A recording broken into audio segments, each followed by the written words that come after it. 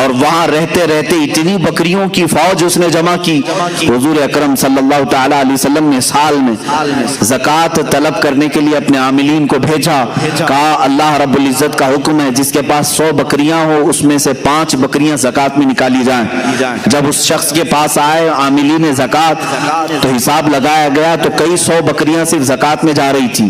اس نے منع کر دیا کہ میں اتنی بکریاں زکوٰۃ میں نہیں دے سکتا۔ یہ وہی شخص ہے جو اپنی کمزوری اور غربت کی درخواست لے کر کے، شکایت لے کر کے بارگاہ رسول میں حاضر ہوا۔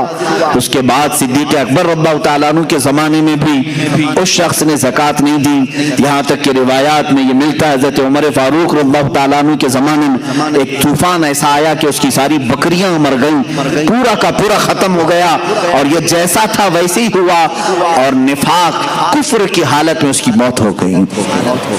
میرے عزیزو، کبھی کبھار مال اللہ اور اس کے رسول سے دور لے جاتا ہے، اسی لیے قرآن نے کہا انما اموالکم واولادکم فتنہ، تمہاری اولاد اور تمہارا مال تمہارے لیے آزمائش ہے۔ اللہ تمہیں یہ دے کر آزماتا ہے کہ جب میں تجھے مال دے دوں تو میری بارگاہ کے ساتھ لگا رہتا ہے، یا پھر چھوڑ کر کے دنیا کا تو طلبگار ہو جاتا ہے۔ عزیزان گرامی، سیدنا عمر فاروق رضی اللہ تعالیٰ عنہ کے گھر میں جب کبھی تحفے آتے، دولت آتی تو رونے لگ جاتے، رونے لگتے۔ آج دولت کی کس کو ضرورت نہیں ہے، ہم کو بھی ہے، آپ کو بھی ہے، ہم کماتے ہیں گھر چلانے کے لیے۔ امیر المومنین عمر فاروق رضی اللہ تعالیٰ عنہ کے گھر جب کچھ بڑا تحفہ آتا یا دولت آتی تو رونے لگ جاتے، پوچھتے کہ کیوں؟ فرماتے ہیں دولت جب بھی آتی ہے تو ساتھ میں اللہ کا امتحان بھی آتا ہے، مولا مجھے آزمانا چاہ رہا ہے، کہیں میں اس کے جمع خرچ کے حساب کتاب میں اللہ کی عبادت کو نہ بھول جاؤں۔ ہم نے دیکھا ہے حساب کرتے کرتے تو رات گزر گئی، 2 رکعت پڑھنے کی توفیق نہیں مل سکی۔ مخدوم اشرف سمنانی رضی اللہ تعالیٰ ان دولت مندوں میں سے نہیں تھے، ان سرمایہ داروں میں سے نہیں تھے جن کو اپنی دولت کی جمع اور خرچ کو حساب کرتے کرتے راتیں گزر جاتی ہوں، بلکہ یہ رعایا کے بھی معاملات دیکھتے اور رات کو اپنے رب کے حضور بھی حاضر ہوتے تھے۔ ظاہر سی بات ہے یہ سلسلہ زیادہ دن تک چلتا نہیں، 2 چیزیں ایک ساتھ چلانا بہت مشکل امر ہے۔ حضرت خضر علیہ السلام سے آپ کی ملاقات ہوئی، سیدنا خضر علیہ السلام سے ایک دن ملاقات ہوئی، انہوں نے آپ کو ویسی اشغال کی اجازت دی۔ ویسی ایک سلسلہ ہے، حضرت خواجہ اویس قرنی رضی اللہ تعالیٰ عنہ کے معمولات اور ان کے وظائف اس سلسلے میں دیے جاتے ہیں، اجازات بھی آج بھی اس کی دی جاتی ہیں۔ ویسی اشغال کی اجازتیں دیں اور کہا ایک اسم اعظم کا ذکر کرنا لیکن زبان نہ ہلانا۔ حضرت خضر علیہ السلام نے اس کی مشق کرائی، کس کو؟ مخدوم اشرف سمنانی رضی اللہ تعالیٰ عنہ۔ وہ ذکر اس طرح کا ہوتا کہ زبان نہیں ہلتی لیکن دل سے اسے کہا جانے لگتا، اس میں اللہ ہے یا اسم اعظم جو بھی انہیں تعلیم دی گئی۔ ایک وقت ایسا آیا کہ اس کی مشق کے بعد آپ جہاں بیٹھتے مخدوم اشرف سمنانی رضی اللہ تعالیٰ عنہ، آپ کی زبان بند ہوتی، دل سے وہ ذکر کی آواز آنے لگتی تھی، جو لوگ قریب ہوتے وہ سنتے تھے۔ یہ پاس انفاس اس کو کہتے ہیں، سانسوں کو روک لینا، یہ بھی اس میں تعلیم دی جاتی۔ چند دنوں کے بعد جب ذکر کی لذت کسی کو ملنے لگ جاتی ہے تو پھر دنیاوی تمام تر ثمرات میں اس کا کوئی دل نہیں لگتا۔ آخر وہ دن بھی آیا جب آپ کو اس بادشاہت سے اور اس کرسی سے میلان ہٹتا گیا اور اس کی طرف سے آپ دور ہونے کی کوشش مسلسل کرتے رہے۔ اپنی والدہ ماجدہ کے پاس حاضر ہوئے، کہا بس ہو گیا، میں نے 10 سال اس سلطنت کو چلایا، کہیں پر بھی میں نے اللہ اور اس کے رسول کی نافرمانی نہیں کی، عدل سے میں نے پورے سمنان کو بھر دیا، اب میں چاہتا ہوں کہ میری بقیہ زندگی اللہ کے حضور میں فقر کے ساتھ گزاروں، فقر کے ساتھ گزاروں، زہد کے ساتھ گزاروں۔ ماں نے اجازت دی۔ حضرت مخدوم اشرف سمنانی رضی اللہ تعالیٰ عنہ جیسی ماں سے گفتگو کرتے، دوسرے ہی دن رعایا کو طلب کیا، سارے سپاہیوں وزیروں کو، اور سلطنت کا یہ پورا مجمع جب جمع ہوا تو آپ نے علل اعلان اپنا تاج نکال کر اپنے چھوٹے بھائی حضرت سید محمد عارف رحمت اللہ تعالی علیہ کو پہنایا اور کہا میرے بعد اس تخت کے جانشین یہ ہیں, ان کے چھوٹے بھائی تھے. آپ کا نام اشرف تھا, ان کا نام عارف تھا.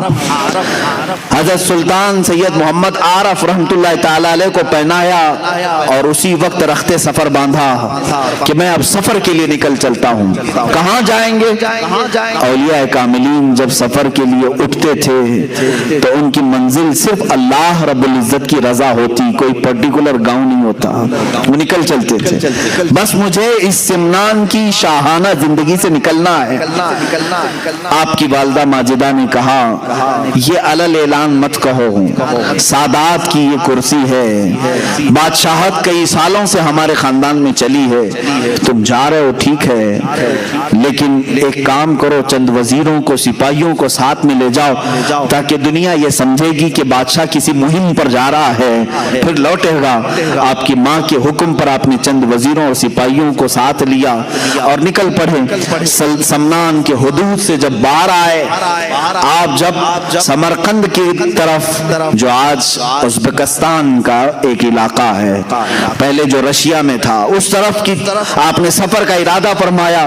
بیچ راستے میں سارے سپاہیوں اور وزیروں کو واپس کر دیا اور کہا اب اس سفر میں مجھے تنہا چھوڑ دو, میں ہوں اور میرا حامی و ناصر و مددگار میرا مولا ہے. سفر پر نکلے. مخدوم اشرف سمنانی رضی اللہ تعالیٰ عنہ جس وقت سفر کے لیے نکلے تھے اس وقت آپ کی عمر صرف 26 سال کی تھی. یہاں سے دو چیزیں مجھے ملتی ہیں. زندگی گزارنے کے لیے اللہ تعالیٰ نے تمہیں دو طریقے کی نعمتیں عطا کی ہیں. جب تمہارے پاس مال آئے تو اس سے لطف اٹھاؤ, مال آئے, دنیا آئے, اس سے لطف اٹھاؤ اللہ کی عبادتوں کے ساتھ. لیکن میں یہ چاہتا ہوں کہ کبھی فقر اور زہد کو بھی اختیار کرنا چاہیے. یہ میرے لیے اپنے لیے بھی نصیحت ہے اور سب کے لیے بھی نصیحت ہے. ہم نے ان اولیاء کاملین کی زندگی میں دیکھا یہ تخت پر بھی بیٹھے ہیں اور گدڑی بھی پہنے ہیں. زندگی میں کبھی آپ کے ایسے بھی معاملات ہوں. آج آپ نے بہت عالی شان بنگلہ بنایا ہے, اچھی بات ہے, میں اس کے خلاف نہیں جاؤں گا. آپ کی بڑی سی بڑی عمارت بناؤ, اچھے گھر میں رہ رہے ہوں, لیکن کبھی ایسا بھی کرو کہ زندگی میں ایک دن اپنے سارے بچوں کو لے کر کہو کہ آج ہم فاقہ اختیار کریں گے, دنیا کو دکھانے کے لیے نہیں, ہم صرف کھجور پر سحری کرتے ہیں, کھجور پر افطار کرتے ہیں, اس لیے کہ اللہ کی بہت بڑی نعمتیں ہمارے پاس موجود ہیں, لیکن اللہ کو عجز و انکساری اور فقر و فاقہ بھی پسند ہے. یہ ہم اپنی زندگی میں کر سکتے ہیں کہ نہیں کر سکتے؟ اچھی نعمتیں کھاؤ. میں یہ نہیں کہہ رہا کہ آپ بریانی نہ کھاؤ, چکن مٹن نہ کھاؤ, سب کھاتے رہیں, آپ حلال جو چیزیں کھائیں, لیکن ہماری زندگی میں کھاؤ مہینے میں ایک دن ہو یا ہفتے میں ایک دن ہو, ایسا آنا چاہیے جس میں ہم زہد بھی کریں. زہد کہتے ہیں ترک دنیا کو, خواہشات سے دوری. ایک دن میں نے اس سے قبل شاید 1 سال ہو گیا ہوگا, ممبئی میں ہمارے بچوں سے میں نے ایک گزارش کی تھی, اے میرے عزیزو, آج کی اس بھری پری دنیا میں تمہارے لیے اگر کوئی چیز زہد بن سکتی ہے, زہد کہتے ہیں ہر اس چیز کو چھوڑ دینا جو اللہ کی رضا میں خلل پیدا کرے, زہد اس کو کہتے ہیں. مال خلل پیدا کر رہا ہے, میں مال کو چھوڑ دیا. بیٹا خلل پیدا کر رہا, میں نے بیٹے کو دور کیا. بیوی خلل پیدا کر رہی, میں نے بیوی کو الگ کر رکھا ہے. طلاق نہیں, اس سے دوری اختیار کی اپنے رب کی عبادت کے لیے. اس کو کہتے ہیں زہد. یہ زہد ہے.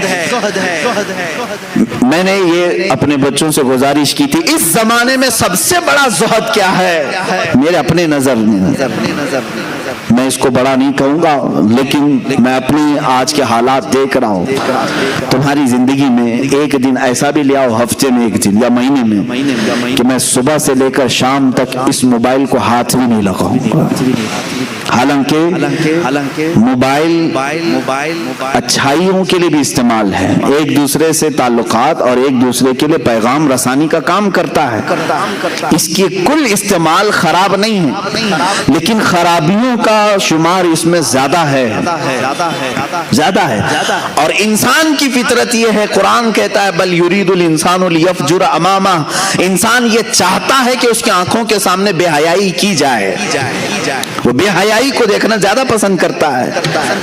انسان کی فطرت ہے. تم اگر روزہ رکھ سکتے ہو تو اس کا انٹرنیٹ کا روزہ رکھ کر کے دکھاؤ. یہ بات میں اس لیے کہہ رہا ہوں کہ آج ہر کس و ناکس اس کا ایڈکٹ بن چکا ہے. جیسے نشہ نہیں چھوڑ سکتے اس طرح سے اس کو چھوڑنا بہت مشکل ہے. آج لوگ اپنے ماں باپ, اپنے بھائی بہن, اپنی بیوی بچوں سے تو دور رکھ سکتے ہیں, انٹرنیٹ اور موبائل سے دور رہنا ان کے لیے بہت ہی دقت کی بات ہے. کچھ نوجوانوں کو اس کا ریہرسل کرایا گیا, میں خود بھی کیا ہوں, الحمدللہ خود بھی کیا ہوں ضروریات کے مطابق. جب میں دوسروں کو تلقین کر رہا ہوں تو خود اس پر عمل بھی کروں. جن بچوں نے مجھے رپورٹ آ کر کے بتائی کہ صبح کے وقت ہم نے ترک کر کے رکھا, دوپہر ہونے سے پہلے ہاتھوں میں کھجلی شروع ہوئی, بے چینی شروع ہوئی, کبھی آنکھوں میں بے چینی, کبھی بدن میں بے چینی. ظاہر سی بات ہے جو نشہ کا عادی ہے نشہ نہ کرے تو اس کے جسم میں ہلچل ہوتی ہے. اسی طرح میرے عزیزو, خواہے نہ خواہے, چاہے نہ چاہے, ہم کسی چیز کے آج غلام بنے ہوئے ہیں. اگر تم زہد کر سکتے ہو تو کر کے دکھاؤ. آج کے زمانے میں مخدوم اشرف سمنانی رضی اللہ تعالیٰ عنہ اپنی زندگی میں ایسی کسی چھوٹی چیز کو انہوں نے نہیں چھوڑا تھا. وہ اتنی بڑی کرسی تھی جس کو بادشاہت کی کرسی کہتے ہیں, جس کو حاصل کرنے کے لیے پتہ نہیں کتنے قتل و قتال ہوتے ہیں, کتنوں کی جانیں بہائی جاتی, کتنوں سے جھوٹے وعدے کیے جاتے ہیں, کتنوں کے اوپر تلواریں کھینچی جاتی. اس کرسی کو حاصل کرنے کے لیے انسان کیا نہیں کرتا ہے, سب کرنے کے بعد کرسیوں پر چپک کر بیٹھتے ہیں, چھوڑتے نہیں. مخدوم سمنا رحمت اللہ تعالی علیہ نے نہ اس کو حاصل کرنے کے لیے کوئی محنت کی تھی بلکہ ان کے والد گرامی سے یہ وراثت میں آئی تھی, اور چھوڑنے کے لیے انہوں نے کوئی پس و پیش بھی نہیں کیا تھا کہ شرط رکھ کر کے دیا ہو کہ اتنا مجھے دے دے تو میں یہ کرسی چھوڑ دوں گا. جیسے ایم ایل اے بکتے ہیں, اتنے پیسے دے دو تو میں تیری پارٹی میں آ جاؤں گا, ادھر کی رکنیت چھوڑ دوں گا, ممبرشپ ختم کر لوں گا. مخدوم سمنا رحمت اللہ تعالی علیہ صرف اور صرف اپنے رب کی رضا حاصل کرنے کے لیے اپنے بھائی کی تاج پوشی کی اور ہمیشہ کے لیے سمنان چھوڑ کر آئے. دوبارہ کبھی سمنان واپس نہیں گئے, کبھی واپس نہیں گئے. آپ کی عمر تقریباً 100 سال کی ہوئی ہے. مخدوم اشرف سمنانی رضی اللہ تعالیٰ عنہ 708 ہجری میں پیدا ہوئے اور 808 ہجری میں وصال ہوا ہے, اور بعض روایات میں 96 برس کی ہیں, لیکن تقریباً 100 سال کی عمر. 25 سال کی عمر میں اپنا عزیز وطن, پیدائشی وطن, اپنے ماں باپ کا وطن چھوڑا ہوا یہ مرد قلندر باقی 75 سال کی عمر میں کبھی بھی اس طرف کا رخ نہیں کیا. کیوں؟ فرماتے ہیں ایک بار جس چیز کی لذت نکل گئی اسے دیکھنا بھی ہمارے لیے جائز نہیں, دیکھنا بھی اس کے لیے وہ ممنوع سمجھتے تھے. عزیزان گرامی وقار, مخدوم اشرف سمنانی رضی اللہ تعالیٰ جب نکلے تو اس کرسی کو ختم کر کے جو نکلے, چھوڑ کر کے نکلے, یہ تارک السلطنت کہتے ہیں. پورے رسول کریم صلی اللہ علیہ وسلم کی امت میں صرف 2 ولی ایسے گزرے جنہوں نے بادشاہت کو چھوڑا ہے, ایک حضرت ابراہیم بن ادھم, دوسرے مخدوم اشرف جہانگیر سمنانی رضی اللہ. وہ بلخ کی بادشاہت چھوڑ کر نکلے تھے اور یہ سمنان کی بادشاہت چھوڑ کر. دونوں کے حال ایسے ہی ہیں. حضرت ابراہیم بن ادھم نکلے اور گدڑی پہن کر کے دریا کے کنارے بیٹھے رہتے تھے. ایک وقت تھا جو کرسی پر بیٹھتے اور ایک وقت ایسا کہ پتھریلی زمین پر دریا کے کنارے بیٹھے رہتے. مخدوم سمنا رحمت اللہ تعالی علیہ شاہی سواری پر سوار ہونے والے, لیکن جب سمرقند کا سفر کر رہے ہیں پیروں میں چپل تک نہیں تھے. یہ زہد آپ نے فرمایا, مجبوری نہ کہو اس کو, یہ مجبوری نہیں تھی, اپنے رب کی رضا کے لیے دنیا کا ترک تھا. جب آپ سمرقند کے راستے سے لاہور تشریف لائے تو لاہور میں حضرت سید جلال الدین بخاری رحمت اللہ تعالیٰ نے, جن کو مخدوم جہانیاں جہاں گشت کہا جاتا ہے, اوچھ شریف میں آپ تشریف لائے. حضرت مخدوم سید جلال الدین رحمت اللہ تعالیٰ علیہ نے آپ کا پرتپاک استقبال فرمایا, اپنی خانقاہ میں 3 دن تک ٹھہرایا. اس وقت کے وہ غوث تھے حضرت سید جلال الدین بخاری, اپنی خانقاہ میں 3 دن رکھا اور اس کے بعد کیا فرمایا کہ فرزند اشرف تمہارا انتظار کسی اور بزرگ کے ہاں ہو رہا ہے، تم کسی اور کی امانت ہو۔ کون ہے وہ بزرگ؟ مخدوم علاء الدین پنڈوی رحمت اللہ تعالی علیہ، جو بنگال کی مالدہ کی سرزمین پر آج بھی آرام فرما ہیں۔ یہ اس زمانے کے قطب الاقطاب تھے، قطب الاشراف تھے۔ اس وقت حضرت مخدوم علاء الدین پنڈوی رحمت اللہ تعالی علیہ حضرت مخدوم اشرف سمنانی کے انتظار میں وہاں بیٹھے ہوئے تھے۔ جلال الدین بخاری رحمت اللہ علیہ نے ان کو رخصت کیا کہ آپ جائیں بنگال کی سرزمین پر۔ وہاں سے پیدل چلتے ہوئے نکلے۔ لاہور کی سرزمین کہاں ہے، بنگال کہاں ہے، پیدل سفر کیا۔ بہار کے راستے سے ہو کر گزر رہے تھے۔ بہار میں ایک علاقہ منیر ہے، یہاں ایک بزرگ ہیں مخدوم شرف الدین یحییٰ منیری رحمت اللہ تعالی علیہ۔ یہ بڑے پائے کے بزرگ ہیں۔ اعلیٰ حضرت رضی اللہ تعالیٰ عنہ نے ان کا تذکرہ فرمایا ہے۔ مخدوم شرف الدین یحییٰ منیری رحمت اللہ تعالی علیہ کے نام پاک کا اثر ایسا ہے، آج بھی میرے خود اعمال میں موجود ہے کہ چیچک کسی کو ہو جائے، چیچک کی بیماری، حضرت شرف الدین یحییٰ منیری کا نام لے لو، وہ چیچک ختم ہو جاتی ہے۔ ان کے نام میں تاثیر ہے۔ وہ بڑے پائے کے بزرگ ہیں۔ انہوں نے اپنی زندگی میں جو وصیت فرمائی تھی، وہ وصیت کیا تھی سنیں۔ حضرت مخدوم اشرف سمنانی رحمت اللہ تعالی علیہ کا گزر بہار کے اسی منیر علاقے سے ہو رہا تھا۔ وہاں دیکھا جنازہ رکھا ہوا ہے اور ہزاروں کی بھیڑ ہے، صفیں لگی ہیں، علماء ہیں، صلحاء ہیں، بڑے بڑے تاجور وہاں پر کھڑے ہیں، لیکن جنازہ پڑھانے کے لیے کسی کا انتظار ہو رہا ہے۔ اسی سفر پر مخدوم اشرف سمنانی رحمت اللہ تعالی علیہ جنازے میں حاضر ہوئے۔ پوچھا کس کا ہے؟ کہا یہ مخدوم شرف الدین یحییٰ منیری کا ہے۔ کہا کہ جنازے میں میں بھی شریک ہوتا ہوں۔ ان سے پوچھا گیا کہ پھر پڑھایا کیوں نہیں جا رہا ہے؟ لوگوں نے کہا جو مخدوم شرف الدین یحییٰ منیری کے خلفاء تھے، مریدین تھے، علماء تھے، انہوں نے کہا ہمارے شیخ شرف الدین یحییٰ منیری رحمت اللہ تعالی علیہ کی یہ وصیت تھی کہ میرا جنازہ تیار کر کے ایک کھلے میدان میں رکھنا، تم دیکھنا مغرب کی طرف سے رسول اللہ کا ایک شہزادہ آئے گا، آل رسول آئے گا، وہ کالی ایک چادر اپنے اوپر اوڑھا ہوگا اور وہ 7 قراتوں کا قاری ہوگا، حافظ ہوگا۔ اور یہ تک انہوں نے بتایا مخدوم شرف الدین یحییٰ منیری رحمت اللہ علیہ نے اپنے خلفاء سے، تم میں سے کوئی بھی جنازہ پڑھانے کی جرات نہ کرنا، میرا جنازہ وہ سید الاشراف پڑھائے گا جو اپنی ایک سلطنت کو چھوڑ کر آ رہا ہوگا، بادشاہت چھوڑ کر آ رہا ہوگا۔ مخدوم اشرف سمنانی سے جب لوگوں نے کہا، آپ نے فرمایا جس اشرف کا انہوں نے تذکرہ کیا ہے وہ میں ہی ہوں۔ سارے علماء و صلحاء نے آپ کے ہاتھ پر ہاتھ رکھا اور آپ کو آگے بڑھایا۔ حضرت مخدوم شرف الدین یحییٰ منیری رحمت اللہ تعالی علیہ کا جنازہ آپ نے بشارت کے اعتبار سے خود پڑھایا، پھر وہاں سے آپ نے پھر سفر فرمایا۔ عزیزو، میں آج تفصیل ذکر کروں گا میرے مخدوم سمنا رحمت اللہ تعالی علیہ کی۔ آپ حضرت مخدوم علاء الدین پنڈوی رحمت اللہ تعالی علیہ کی ملاقات کے لیے بنگال مالدہ جا رہے ہیں۔ سفر بڑا کٹھن ہے، دریاؤں کا بھی سفر ہے، پہاڑوں کا سفر ہے، جنگلات کا سفر ہے، پیروں میں سوجن آ چکی تھی، لیکن سفر یہ تھکن کبھی نہیں لاتا تھا، تھکان سے چور نہیں ہوتے تھے، سفر ہی سفر ہے۔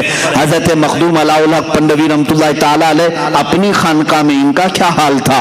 اللہ اللہ، بڑے بڑے مجاہدے کرنے والے لوگ، وہاں پر حال یہ تھا کہ لوگ 15 سال 20 سال تک مجاہدے میں بیٹھے ہوتے تھے۔ علاء الدین پنڈوی رحمت اللہ تعالی علیہ کے آستانے پر ایک دن دوپہر کا وقت ہے، خواب میں یا جیسے ہی آپ نیند سے بیدار ہوئے، بے قراری کے عالم میں کھڑے ہو گئے اور اپنے سارے لوگوں سے، مریدین سے کہا، بوئے یار می آیت، بوئے یار می آیت، مجھے میرے یار کی خوشبو آ رہی ہے، میرے عزیز کی خوشبو آ رہی ہے۔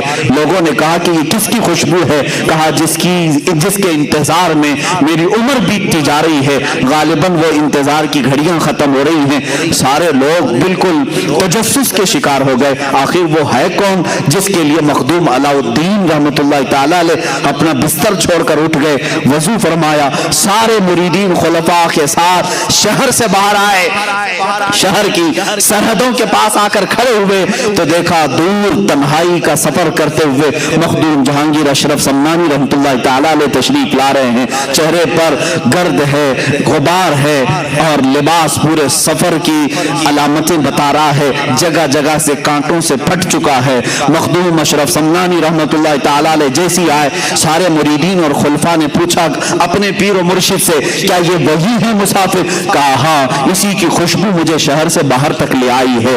آپ خود باہر آگے بڑھ کر کے مخدوم سمنا رحمۃ اللہ تعالی علیہ کے چہرے مبارک کو اپنے سینے سے لگایا, ان کی پیشانی پر بوسہ دیا اور پالکی منگوائی. کہا کہ اس سید زادے کو پالکی پر بٹھاؤ. حضرت مخدوم اشرف سمنانی رحمۃ اللہ تعالی علیہ ادب کے لحاظ سے آپ نے بیٹھنے سے انکار کیا. اس کے بعد حضرت مخدوم علاء الحق پنڈوی رحمۃ اللہ تعالی علیہ خود پالکی پر بیٹھے اور اس شہزادہ اعظم کو اپنے ساتھ بٹھایا, خانقاہ لے آئے, اور اس کے بعد اس دن جشن کا ماحول تھا. بھلا مجھے بتاؤ, کوئی پیر اپنے ایک مرید کا انتظار کر رہا ہو, کوئی شیخ اپنے ایک خلیفہ کا انتظار کر رہا ہو. حضرت مخدوم اشرف سمنانی رحمۃ اللہ تعالی علیہ خانقاہ میں آئے ہیں تو مریدین کی باتیں سنو, کیا کہتے ہیں؟ کہتے ہیں برسوں بعد ایسا لگ رہا تھا ٹھنڈی راتوں میں کوئی ایک سورج طلوع ہوا ہے, اس لیے کہ جشن کا سما تھا, ہر جگہ اجالا ہی اجالا تھا. دو چہرے اتنے چمکتے تھے, ایک علاء الحق پنڈوی کا, ایک مخدوم سمنا کا. دسترخوان بچھایا گیا ہے, دسترخوان بچھائے گئے, اعزاز میں روٹیاں رکھی گئیں, سالن لائے گئے, اور وہاں پان کی گلوریاں پیش کی جاتی تھی, پان کھائے جاتے تھے. مخدوم سمنا رحمۃ اللہ تعالی علیہ دسترخوان پر سامنے بیٹھے ہیں. علاء الحق پنڈوی رحمۃ اللہ تعالی علیہ سب سے پہلا جملہ کیا فرمایا؟ اولیاء کا دسترخوان بھی کیسا ہوتا ہے. کہا تشت لاؤ ہاتھ دھلانے کے لیے, ہم بھی دسترخوان پر ہاتھ دھلاتے ہیں. مخدوم سمنا سے ان کے شیخ نے کہا, بیٹا فرزند اشرف اپنے ہاتھ دھو لو دنیا کی ہر لذت سے, دنیا کی ہر لذت سے ہاتھ دھو لو. آپ نے ہاتھ دھوتے ہوئے اپنے شیخ سے کہا کہ حضور والا, میرے مرشد گرامی, آپ کا یہ بیٹا, آپ کا یہ فرزند دنیا کی سب سے بڑی دولت جو کرسی ہوتی ہے اس بادشاہت سے ہی ہاتھ دھو کر کے آیا ہے. اور آپ نے ہاتھ دھو کر کے دسترخوان پر کھانا شروع فرمایا تو 4 لقمے سب سے پہلے مخدوم علاء الحق پنڈوی رحمۃ اللہ تعالی علیہ نے اپنے ہاتھ سے ان کے منہ میں رکھے, اور ایک ایک لقمے پر کہا کہ کون کون سا لقمہ تھا. ایک طریقت کا تھا, ایک معرفت کا تھا, ایک اسرار و رموز کا تھا, ایک حقانیت کو پہنچنے والا تھا.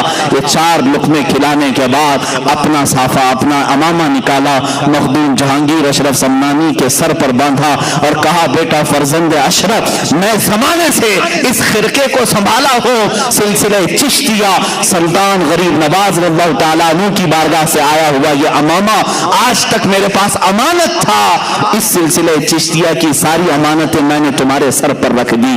یہ خرقہ پوشی ہوئی, آج یہ دن یہاں سے خلافت ہی دے دی گئی. آپ نے بیعت بھی کیا. مخدوم اشرف سمنانی رضی اللہ تعالیٰ اس خانقاہ میں تقریباً 12 سال تک گزارے, 12 سال تک. اس کے بعد اپنے پیر و مرشد سے اتنا لگاؤ تھا, ان کے بغیر وہ ایک پل بھی نہیں رہتے تھے. مخدوم اشرف سمنانی رضی اللہ تعالیٰ نے جب اپنی عمر کی 35ویں یا 37ویں سال کو پہنچے تو آپ کے پیر و مرشد نے کہا کہ اے فرزند اشرف, اب تمہارے اور ہماری جدائی کا وقت ہے. میں تمہیں اس امانت کو دے کر اس راستے پر بھیج رہا ہوں جو راستہ تمہارے انتظار میں ہے.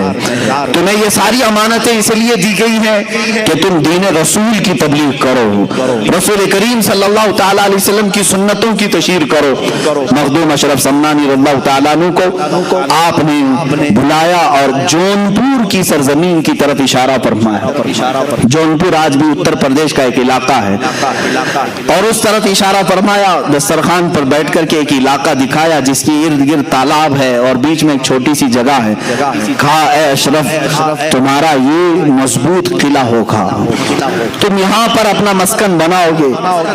آپ نے اصرار کیا کہ حضور مجھے اپنے ساتھ اپنی صحبت میں رکھیں. آپ نے فرمایا, یہ امانتیں اس لیے دی جاتی ہیں کہ خلق خدا کو اس سے تم فیضیاب کرو. یہ صرف اپنے لیے نہیں ہوتی, خلق خدا کو تم اس سے سے فیضیاب کرو۔ حضرت مخدوم اشرف سمنانی رضی اللہ تعالیٰ عنہ اس وقت اپنے پیر و مرشد سے فرماتے ہیں حضور جس علاقے میں آپ مجھے بھیج رہے ہیں وہاں پر ایک شیر ہے، اس شیر کے چنگل میں مجھے آپ بھیج رہے ہیں۔ آپ نے تھوڑی دیر تک انتظار فرمایا اور کہا شیر اگرچہ ہوگا لیکن تمہاری تربیت یافتہ ایک چھوٹا سا بچہ اس شیر کے لیے کافی ہو جائے گا۔ یہ بزرگوں کی باتیں ہیں، اولیاء کاملین کی باتیں ہیں، یہ بات میں سمجھ میں آتی ہیں۔ حضرت مخدوم اشرف سمنانی رضی اللہ تعالیٰ وہاں سے نکلے بنگال سے اور پھر سفر فرمایا۔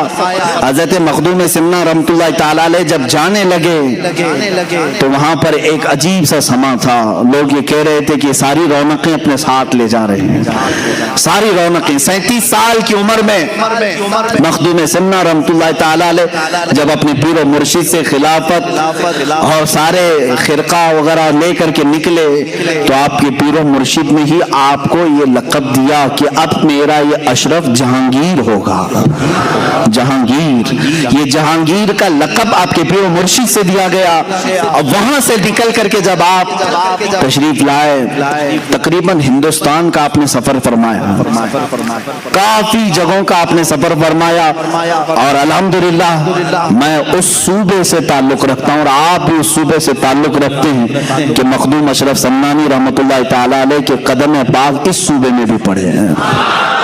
آپ گلبرگہ شریف تشریف لائے تھے، گلبرگہ شریف کی سرزمین پر خواجہ بندہ نواز گیسو دراز رحمۃ اللہ تعالیٰ علیہ کے آستانے پر بھی آپ نے چلہ کشی فرمائی اور یہی وہ مقام ہے جب آپ حضرت مخدوم اشرف سمنانی رحمۃ اللہ تعالیٰ علیہ اپنے ایک خیمے میں الگ رہا کرتے تھے سفر میں، آپ کے خلفاء مریدین ساتھ ہوتے، آپ کے ساتھ آپ کے شاگرد رشید، آپ کے خلف اکبر حضرت سیدنا عبد الرزاق نور العین رحمت اللہ تعالیٰ علیہ جو آپ کے بھانجے بھی ہیں وہ ساتھ رہا کرتے تھے اکثر۔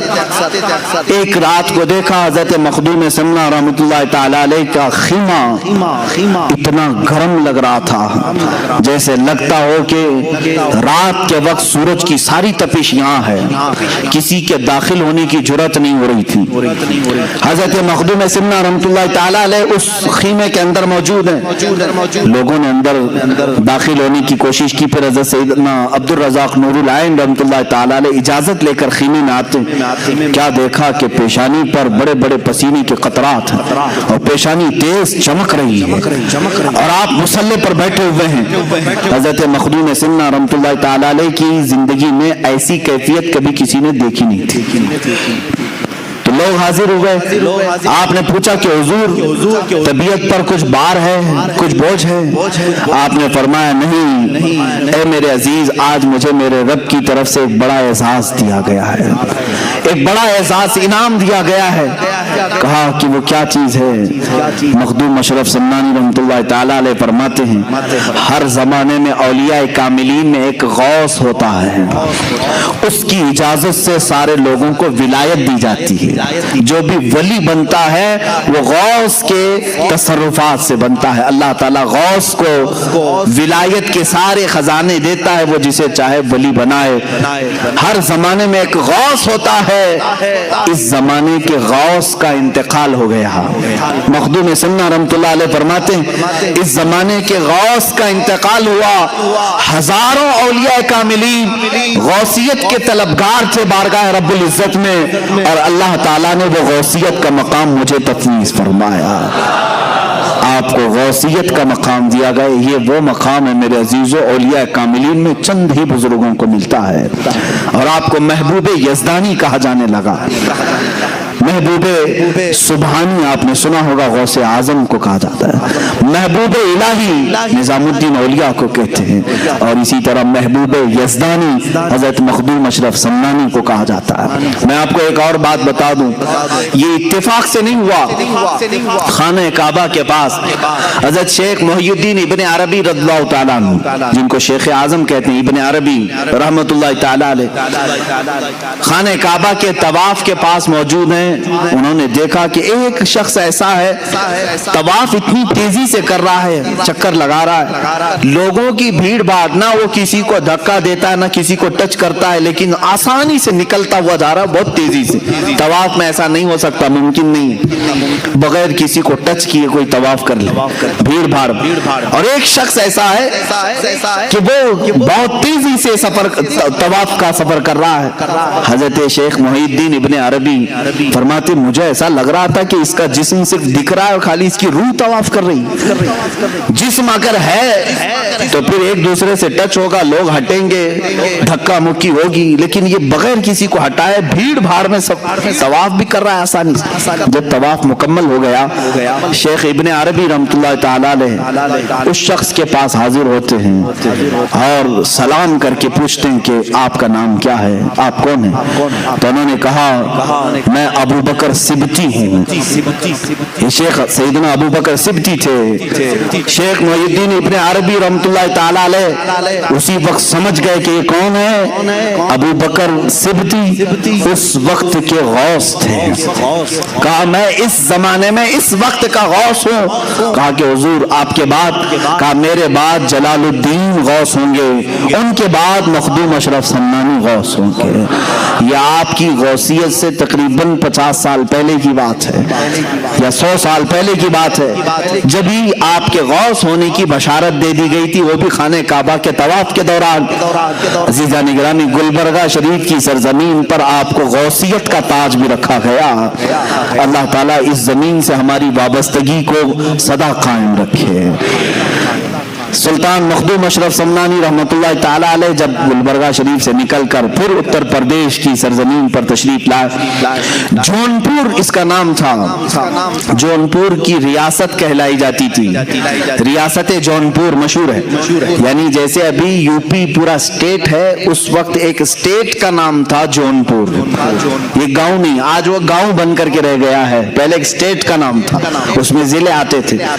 جونپور آپ تشریف لائے، دیکھیں میرے عزیزوں، بڑے سے بڑے اکابر اولیاء کاملین کے ساتھ آزمائشیں ہوئی ہیں، مخالفین، حاسدین، اعتراض کرنے والے ہر زمانے میں رہے اور آپ کے ساتھ بھی رہے، جبکہ آپ کے چہرے پر اتنے جلال ہوتے تھے۔ اولیاء کاملین میں جو جلالی بزرگ ہیں ان میں سے مخدوم سمنانی رحمۃ اللہ علیہ، کیونکہ آپ اوحد الدین کہلائے ہیں، آپ مجرد رہے، پوری زندگی آپ نے شادی نہیں فرمائی، اس قلب میں کسی دوسرے کی محبت کو شامل ہی نہیں کیا، مخدوم سمنا رحمۃ اللہ تعالی علیہ۔ اور اس طرح کے جو بزرگان دین ہیں وہ عموماً جلالی ہوا کرتے ہیں، جیسے حضرت مخدوم علاء الدین صابر کلیری رحمۃ اللہ تعالی علیہ، کافی جلالی بزرگ تھے۔ آپ کے متعلق مشہور ہے، حضرت نظام الدین اولیاء کے پاس آپ کی خلافت نامہ لکھا گیا تھا، رات کا وقت تھا، چراغ کی روشنی میں نظام الدین اولیاء رحمۃ اللہ تعالی علیہ نے صابر کلیری کو کہا کہ پڑھ کر کے سناؤ۔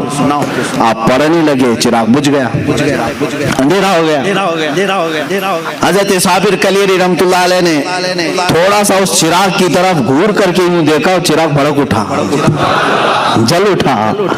نظام الدین اولیاء رحمۃ اللہ تعالی علیہ نے خلافت نامہ واپس لے لیا، کہا ابھی نہیں، اس طرح تمہاری آنکھوں سے نہ جانے کتنے جل جائیں گے، اور جلال کو کم کرنے کی ضرورت ہے۔ تو یہ جو جلالی بزرگان دین ہیں ان میں سے مخدوم سمنا رحمۃ اللہ تعالی علیہ، لیکن حد ہے حاسدین کی، اس پائے کے جلالی بزرگوں کا بھی پیچھا نہیں چھوڑتے۔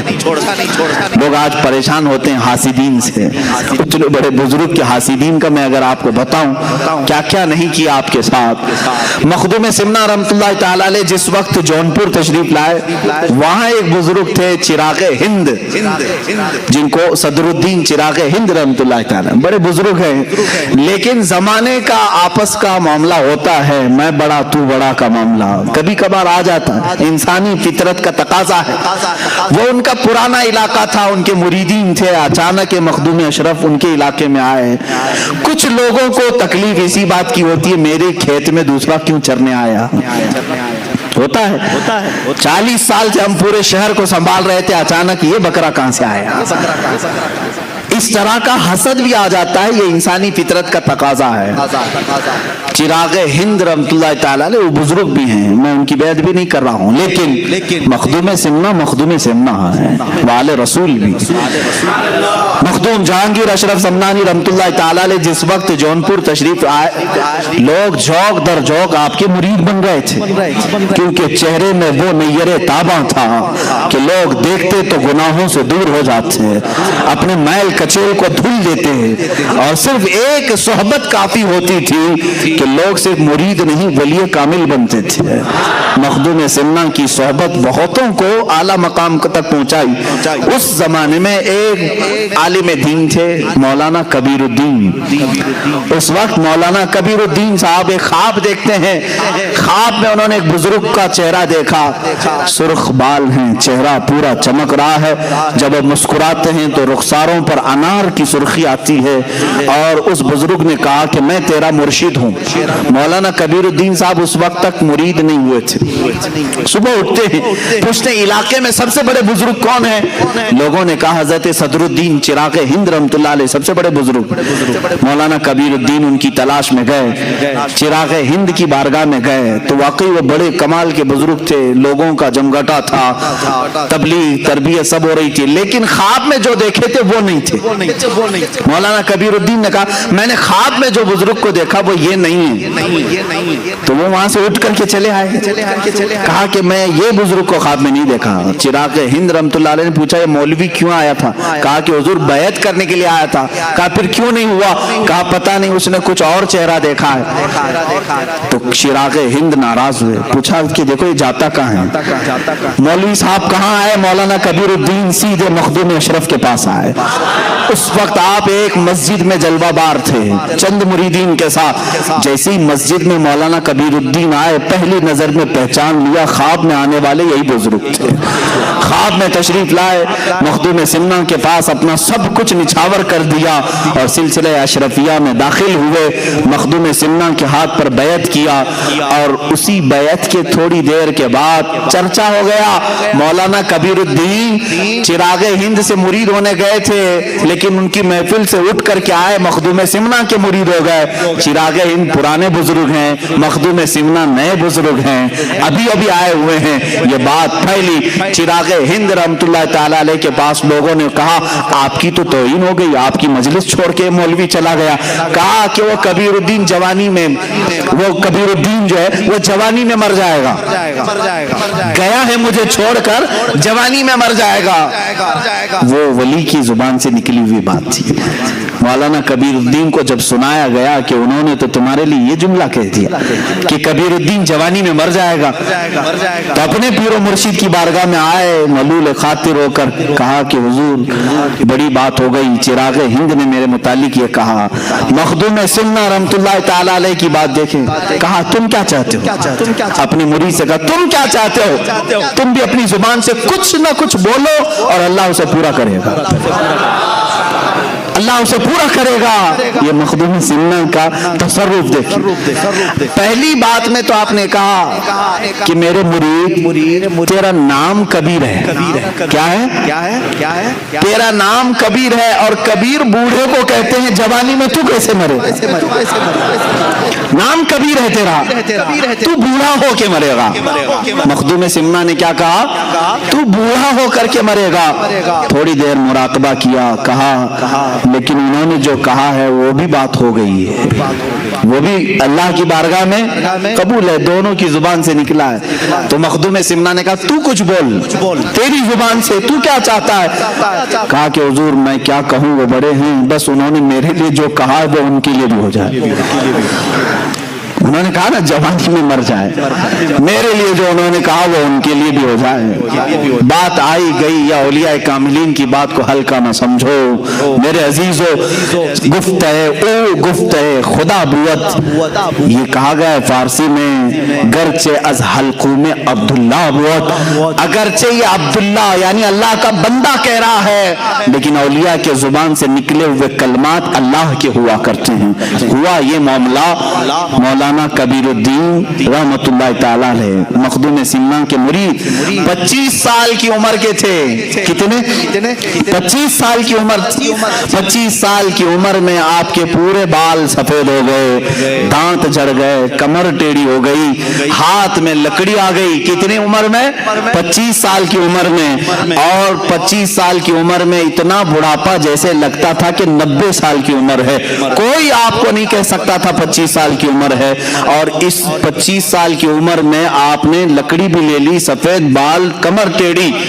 لیکن ادھر چراغ ہند رحمت اللہ تعالی علیہ ان کے مولانا کبیر الدین کے انتقال سے 5 سال پہلے ہی جوانی میں وصال کر گئے, وہ انتقال کر گئے.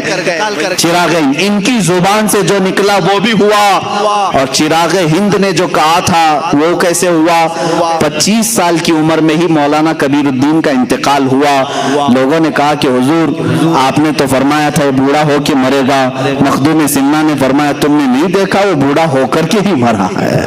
یعنی 25 سال کی عمر میں ہی اسے 90 سال تک کے اللہ نے لطف عطا کر دیے ہیں.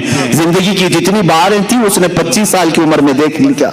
عزیزان گرامی, یہ زبان کی تاثیر ہے. اب یہاں جو معاملات ہوئے تھے وہ میں ذکر کر رہا ہوں مخدوم سمنا کے ساتھ. چراغ ہند ظاہر سی بات ہے ان کے بھی بڑے کرامات تھے, تصرفات تھے. دیکھیں مقابلہ ہوا, اولیاء کاملین اس طرح مقابلہ نہیں کرتے لیکن کبھی کبھار ہوا ہے. سرکار غوث پاک کے ساتھ ہوا ہے. سرکار غوث پاک رضی اللہ تعالیٰ عنہ کے دربار میں شیخ احمد جام نہیں آئے تھے اپنے شعر کو لے کر کے جاؤ مولانا عبد القادر سے کہو کہ اپنے دیوان سے اپنے لنگر سے ایک گائے بیچ دیں. معاملہ سنا آپ نے؟ وہ اپنے وقت کے ولی تھے, ورنہ غوث پاک کی بارگاہ میں گائے مانگنے کے لیے اپنے شعر کو یوں نہیں کہتے. ایسے معاملات ہوئے ہیں. مخدوم سمنا ایک بار بیٹھے ہوئے ہیں مسجد میں, لوگوں کو تربیت دے رہے ہیں, مریدین بڑھ گئے. چراغ ہند نے دیکھا, باہر سے انہوں نے پتہ نہیں ہاتھ اٹھائے یا کچھ کیا تو پوری مسجد میں آگ کی جیسی گرمی بھر گئی. اتنا گرم کہ جیسے آگ کے شعلے اٹھ رہے ہوں. 1 2 3 کرتے کرتے لوگ اٹھنے لگے, سب جانے لگے. ظاہر سی بات ہے کون گرمی کو برداشت کرے گا. تو مخدوم سمنا رحمت اللہ علیہ کے چند مریدین تھے باقی رہ گئے جو گرمی کو برداشت بھی نہیں کر پا رہے تھے. مخدوم سمنا رحمت اللہ علیہ نے کہا کہ یہ صرف لگایا ہوا چراغ ہے, چراغ ہند نے کیا تھا. اس چراغ کو تھوڑے سے پانی کی ضرورت ہے, اس گرمی کو ہلکا کرنے کی تھوڑے سے پانی کی ضرورت ہے. مخدوم سمنا رحمت اللہ علیہ کے بغل میں ایک پانی کا لوٹا رکھا ہوا تھا. آپ نے اپنے ہاتھ میں تھوڑا سا پانی لیا, یوں چھڑک دیا, پانی کی چند قطریں یا بوندیں گری, ساری گرمی غائب ہوئی. لیکن چراغ ہند جو باہر سفر پر تھے پیر پھسل کر کے دریا میں ڈوب گئے, ندی میں آ گئے, پانی میں گر گئے. مخدوم سمنا نے نہیں کہا تھا کہ چراغ کو تھوڑے سے پانی کی ضرورت ہے, پانی میں پہنچا دیا. اور وہ پانی میں اس طرح ہاتھ پیر مارنے لگے کہ اپنے سلسلے کے تمام اولیاء کو مدد کے لیے پکارا, یہاں تک کہ رسول کریم صلی اللہ تعالیٰ علیہ وسلم کو ندا دی. تاریخ میں لکھا ہوا ہے میرے آقا صلی اللہ تعالیٰ علیہ وسلم مدد کے لیے ضرور تشریف لائے لیکن جلال کے ساتھ ظاہر ہوئے. کہا صدر الدین چراغ ہند سے کہ تیری غلطی ہے کہ تیرے شہر میں نیا مہمان بھی تھا اور میرا بیٹا بھی تھا, تو نے دونوں خیال نہیں کیے جس کی وجہ سے تجھے پانی میں ڈھکیل دیا گیا. حضرت چراغ ہند رحمت اللہ تعالیٰ علیہ نے اپنی ان تمام کوتاہیوں سے معافی طلب کی اور ان کے سلسلے کے جتنے اولیاء تھے, مشائخ تھے, وہ سب مخدوم سمنا کے پاس آئے ان کی درخواست لے کر کے کہ اے مخدوم اشرف آپ اس چراغ ہند کو معاف کر دیں, اگر آپ نہ معاف کریں گے تو اللہ کے نبی بھی انہیں نہیں معاف کریں گے. رسول کریم صلی اللہ تعالیٰ علیہ وسلم کی بارگاہ سے اس کے لیے ہم معافی کی طلبگار درخواست لے کر کے آئے ہیں. یہ سلسلے کے بڑے مشائخ کو دیکھا, ان کی روحیں آئی ہوئی ہیں. مخدوم سمنا رحمت اللہ تعالیٰ علیہ نے انہیں معاف فرمایا, وہ پانی سے باہر نکلے اور پھر میرے آقا سرکار مخدوم پاک کی قدموں میں تشریف لائے اور زندگی بھر پھر آپ کے احترام اور ادب بھی کرتے رہے. اولیاء کاملین کے زمانے میں ایسے حالات ہوئے. سرکار غوث پاک کی بارگاہ میں ایک معاملہ ایسا ہوا تھا, آپ نے منبر پر کھڑے ہو کر کے اعلان فرمایا میرا یہ قدم تمام اولیاء کی گردنوں پر ہے. سارے جو اولیاء تھے سب نے اپنی گردن جھکائی، بلکہ بعضوں نے کہا بل علی رأسی وعلی عینی، بلکہ ہماری آنکھوں پر بھی ہمارے سروں پر بھی اے غوث آپ کا قدم ہو. سرکار مفتی اعظم ہند نے یوں فرمایا یہ دل یہ جگر ہے، یہ آنکھیں یہ سر ہے، جہاں چاہو رکھو قدم غوث اعظم. اولیاء کاملین نے قبول کیا. لیکن اس زمانے میں ایک بزرگ تھے، ان کا بھی بڑا مشہور معاملہ تھا، لوگ ان کے ارد گرد بہت ہوتے تھے. انہوں نے کہا میں شیخ عبد القادر جیلانی کے قدم کو اپنی گردن پر نہیں محسوس کرتا، میں ان کے قدم کو نہیں مانتا. اتنا کہنا تھا، غوث پاک کی بارگاہ میں جب ان کے متعلق کہا گیا، آپ نے اعلان فرمایا اگر میرا قدم اس کی گردن پر نہیں ہے تو پھر کسی خنزیر کا ہوگا، کسی غلیظ جانور کا قدم ہوگا. اللہ کے ولی اور وہ بھی غوثیت ماپ سے نکلی ہوئی یہ زبان کے جملوں کو اور کلمات کو دیکھیں. ان کا حال ایسا ہوا کہ وہ ایک عورت کے عشق میں گرفتار ہوئے، خانقاہ چھوڑ دیا، مریدین چھوڑ دیے، اس لڑکی کے چکر میں آپ در بدر بھٹکتے رہے. ایک وقت ایسا آیا کہ وہ لڑکی عیسائی تھی، کرسچن تھی.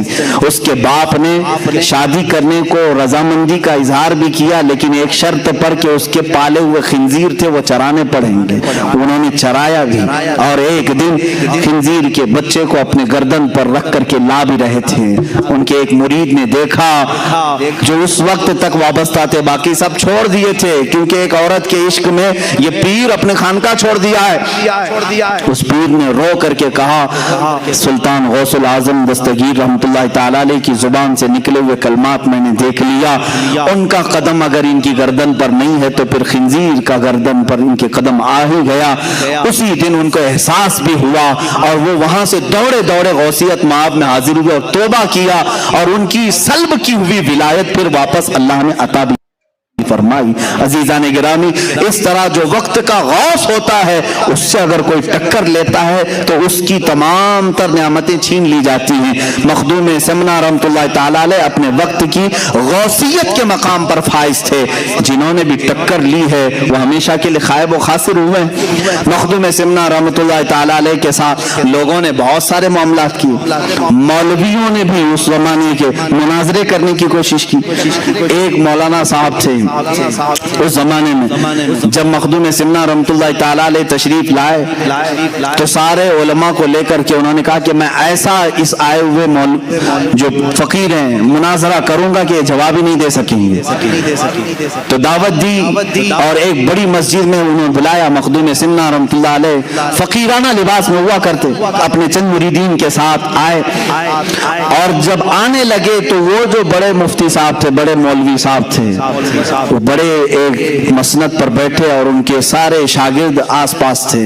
مخدوم سمنا جب داخل ہونے لگے تو آپ پہلے داخل ہوئے، تھوڑی دیر کے بعد آپ کی ایک دوسری شکل داخل ہوئی، تیسری شکل داخل ہوئی، چوتھی شکل داخل ہوئی. سب دیکھنے میں مخدوم سمنا کی طرح ہی دکھ رہے ہیں. جو مسجد میں آ رہا ہے مخدوم اشرف سمنانی کی طرح دکھ رہا ہے. مولوی صاحب گھبرائے، دیکھتے رہے یہ کتنے سمنانی آ رہے ہیں. ہم نے ایک مخدوم اشرف کو بلایا تھا، اشرف کو، یہاں آ ہی رہے، یہاں تک کہ گھنٹہ گزر گیا. اس محفل میں 100 سمنانی داخل ہوئے، 100 شکلیں آئی. مخدوم اشرف سمنانی رحمت اللہ تعالی علیہ اپنی کرسی کی طرف بڑھتے ہوئے مولوی صاحب کو مخاطب کر کے اتنا ہی پوچھا، مولانا صاحب آپ نے بہت سارے سوالات جمع کیے ہیں، اس میں سے کون سی شکل سے کون سا سوال کرو گی؟ وہ تنہا تھے مخدوم سمنا، لیکن اللہ رب العزت کا یہ تصرف ہے. یہی تو ہم کہتے ہیں میرے آقا صلی اللہ تعالی علیہ وسلم اپنے ہر غلام کی قبر میں تشریف لاتے ہیں. یہ نہیں کہ ذات کے ٹکڑے ہوتے ہیں، آدھا ادھر آدھا ادھر. سورج جب ایک بار نکلتا ہے تو مدینے میں بھی چمکتا ہے، ہند میں بھی چمکتا ہے، وہ امریکہ میں بھی ہے، افریقہ میں بھی ہے. ہر علاقے کو یکساں اپنی سورج کی روشنی پہنچاتا ہے. اللہ تعالیٰ اولیاء کاملین کو بھی یہ تصرف عطا کرتا ہے، وہ بیک وقت 100 جگہ پر بھی حاضر ہو سکتے ہیں، 1000 جگہ پر بھی حاضر ہو سکتے ہیں. یہ بعض اولیاء کاملین کے تصرفات ہیں. وہ مولوی صاحب نے توبہ کیا اور پھر مرید بھی ہوئے، داخل سلسلہ بھی ہوئے.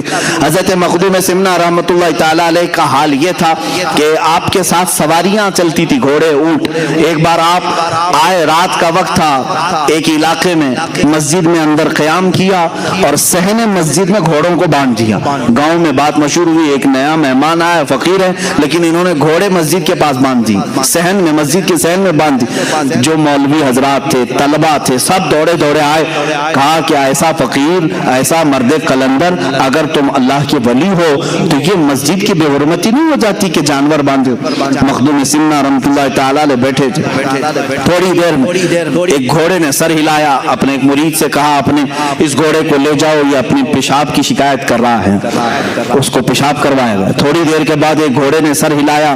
مخدوم سمنا نے کہا اس گھوڑے کو لے جاؤ، یہ لید کرنا چاہتا ہے. جو شکایتیں ہوتی رہی. تھوڑی دیر تک ان گھوڑوں کو، اونٹوں کو باہر لے جایا جاتا تھا، ان کو فارغ کر کے لایا جاتا تھا. تمام علماء اور مولوی حضرات بیٹھے تھے. انہوں نے دیکھا یہ کیا ہے. مخدوم سمنا نے فرمایا مسجد میں جانور کو اسی لیے نہیں لایا جانا چاہیے کہ وہ ناپاکی کریں گے، لیکن میرے گھوڑے ایسے ہیں کہ ان میں سے ایک بھی نہ پیشاب کرے گا نہ پخانہ کرے گا. انہیں جب ضرورت ہوگی یہ مجھے اشارہ کریں گے، اور ان کا جہاں مقام ہوگا وہیں اپنی یہ غلاظت بھی کریں گے.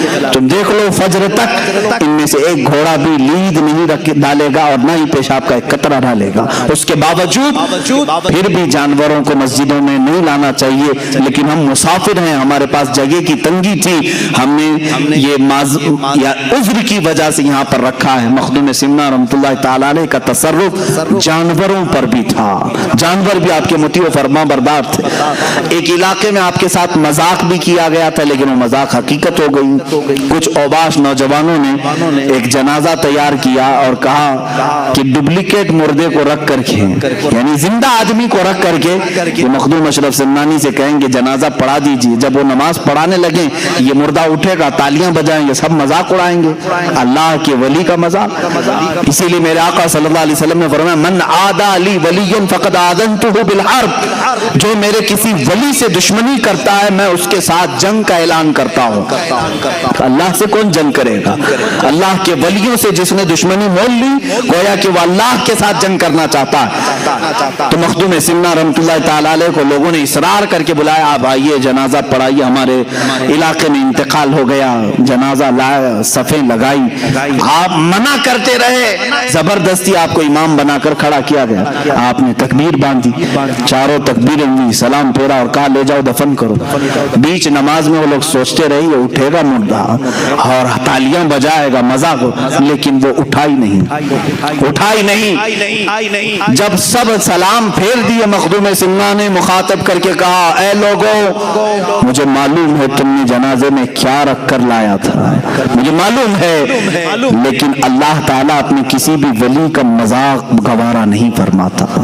تم نے اسے کفن پہنایا اور اللہ نے اسے حقیقی موت کا لباس پہنایا. اب اشرف نے اس پر جنازہ پڑھ دیا، اب دوبارہ اس کی زندگی نہیں ہے، لے جاؤ دفن کرو. وہ ہمیشہ کے لیے مر گیا. لوگوں نے توبہ کیا.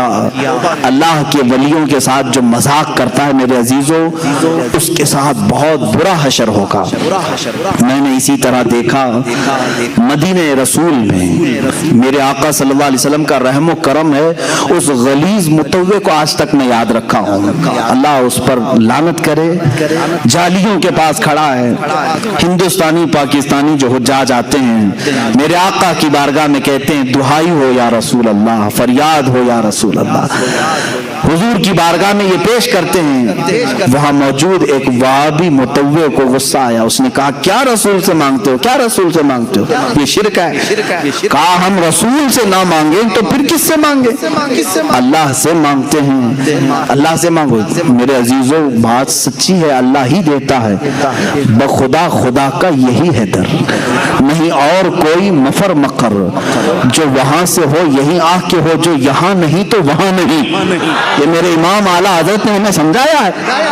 دربار رسالت یہ اللہ رب العزت تک پہنچنے کا راستہ ہے. اے نادان، اگر اس نبی نے نہ بتایا ہوتا تو خدا کو رحمان بھی نہیں جانتا، کبھی نہیں سمجھ سکتا. اس متوع نے میرے سامنے حرکت کی تھی. کہا دیکھو میں ناچ رہا ہوں یہاں پر، اور اپنی پیٹھ جالیوں پر لگا لگا کر کے گھسنے لگا، پیر اچھل اچھل کر کے کرنے لگا. یہ کسی کو نفع بھی نہیں دے سکتے, نقصان بھی نہیں دے سکتے. دیکھو میں اگر کچھ ہونا تھا تو میرے ساتھ ہو جاتا. ان حاجیوں نے کان پکڑ لیا اور وہاں سے نکل کے. میرے عزیزو, کچھ لوگ میرے ساتھ تھے, انہوں نے کہا, پوچھا بھی کہ حضرت یہ اتنی بدتمیزی کر رہا ہے, گستاخی کر رہا ہے, عذاب آ جانا چاہیے. مجھے اس وقت ہمارے ایک بزرگ کی بات یاد آئی.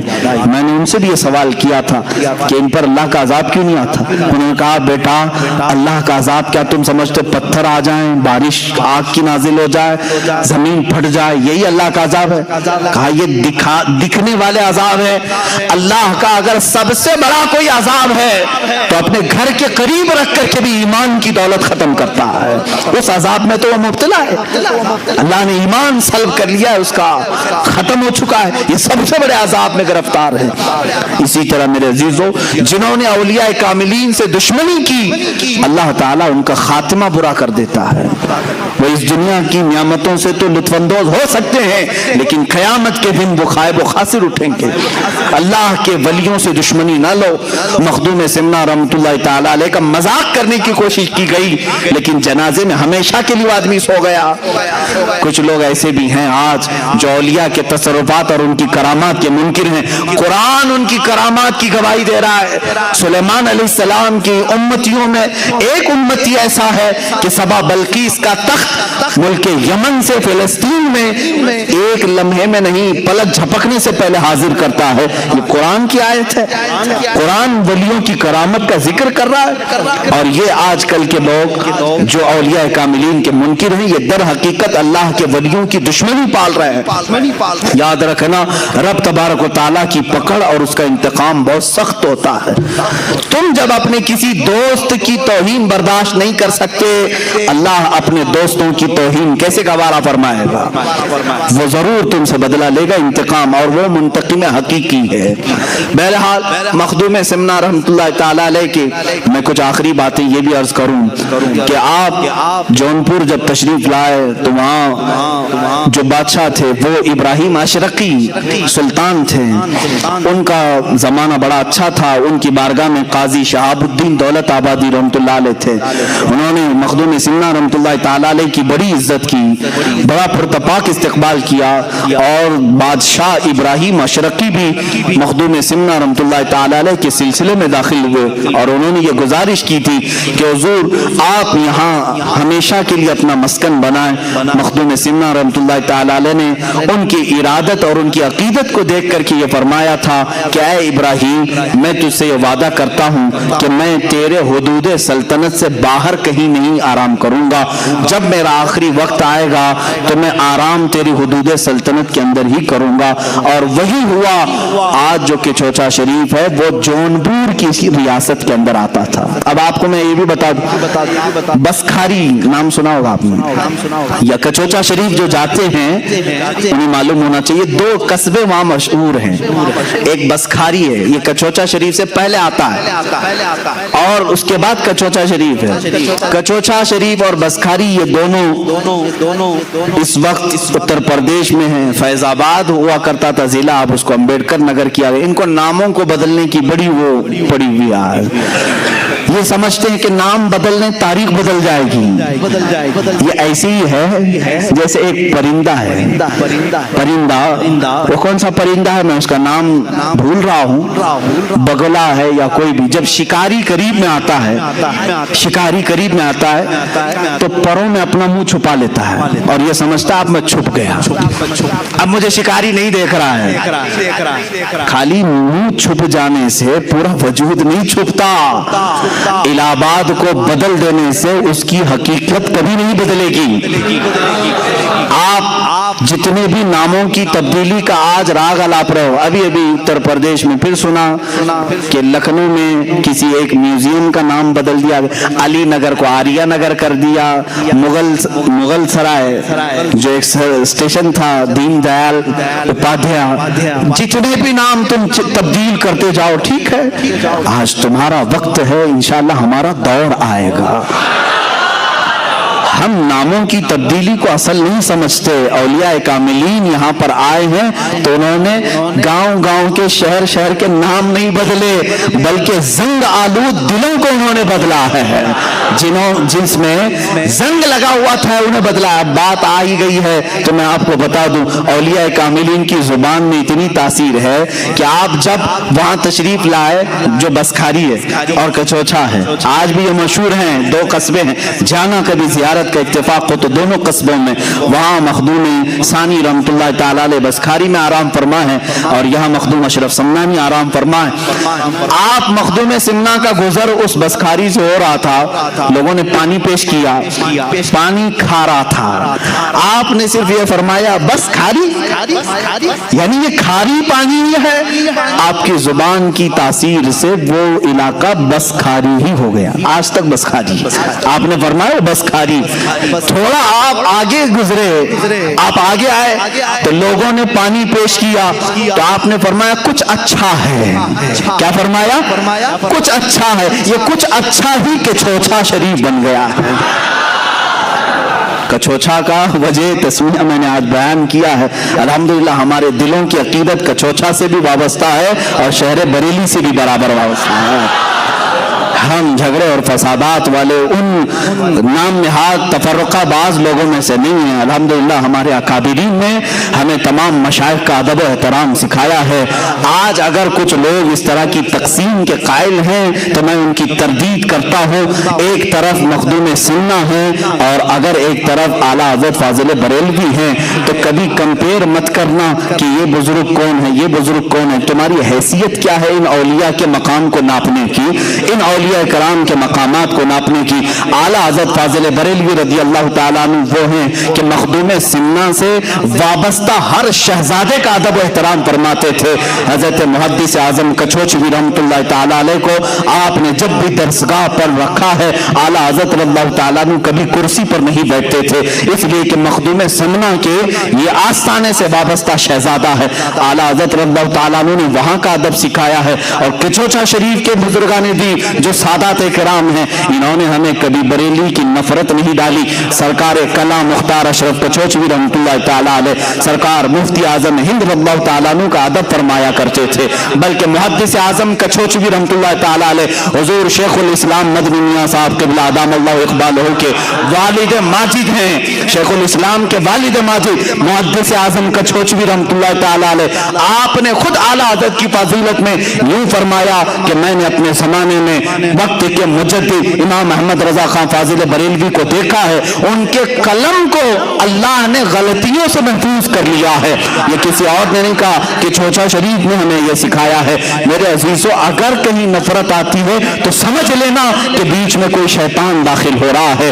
ہم نے بریلی میں کچوچھا کی محبت سیکھی اور کچوچھا میں جا کر بریلی کی عظمت سیکھی ہے. الحمدللہ چند سال پہلے میں کچوچھا شریف کے عرس میں بھی حاضر تھا, بریلی شریف کے عرس میں بھی ہم حاضر ہوتے ہیں. ہم نے دیکھا مخدوم سمنا رحمۃ اللہ تعالیٰ علیہ کے عرس مقدسہ میں کچوچھا شریف میں, وہاں پر بریلی شریف کے سجادہ نشین بھی حاضر ہیں, نائب سجادہ نشین بھی ہیں.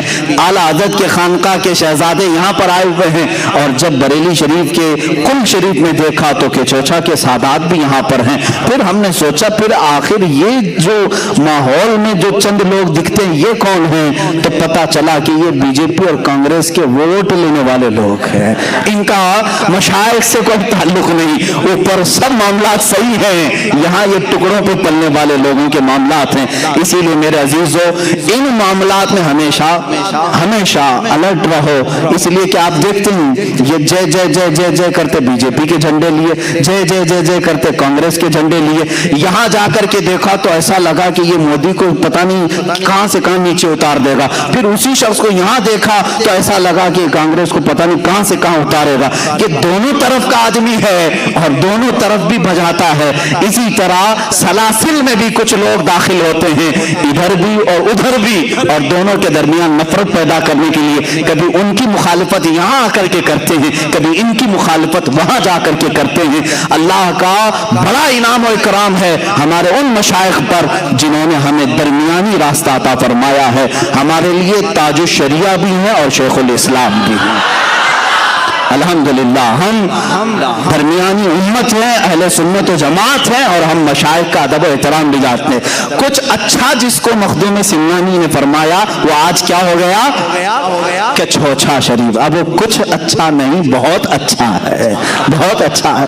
مخدوم سمنا رحمۃ اللہ تعالیٰ علیہ جس جگہ پر آرام فرمائے، اب یہ دو باتیں میرے مزاج کی ہیں، میں آپ کو بتاؤں گا۔ بنارس تشریف لے گئے، بنارس تشریف لے گئے تو وہاں ایک یوگی تھے، جوگی تھے۔ یہ وقت کے فرعون کے خلاف اگر میں دو چند جملے کہوں گا نہ، مجھے میرے فیم کی ضرورت ہے، اس لیے کہ اللہ تعالیٰ نے مجھے میرے حبیب پاک کی حدیثوں سے ہی جو نعمت عطا کی کافی ہے، مجھے میرے مولا کی طرف سے جو ملی عزت وہ کافی ہے۔ لیکن بنارس میں کچھ جوگی تھے، مخدوم سمنا کا انہوں نے زبردست بائیکاٹ کا اعلان کیا، یہاں آنے نہیں دیں گے۔ مخدوم سمنا رحمۃ اللہ تعالیٰ علیہ کو روکنے کی کوشش کی، آپ پہنچ گئے، وہاں کے علاقے میں جتنے تھے سب آئے۔ تو کچھ یوگی آئے، کچھ جوگی آئے، انہوں نے کہا کہ تم اپنا ایک نیا وہ لے کر کے آئے ہو، ہمارے یہاں ایک کھلبلی مچ جائے گی، فلاں ہوگا، تمہارا طریقہ صحیح نہیں۔ مخدوم سمنا رحمۃ اللہ علیہ نے فرمایا اچھا چلو ٹھیک ہے، تمہارا ہی طریقہ بتاؤ کیا ہے۔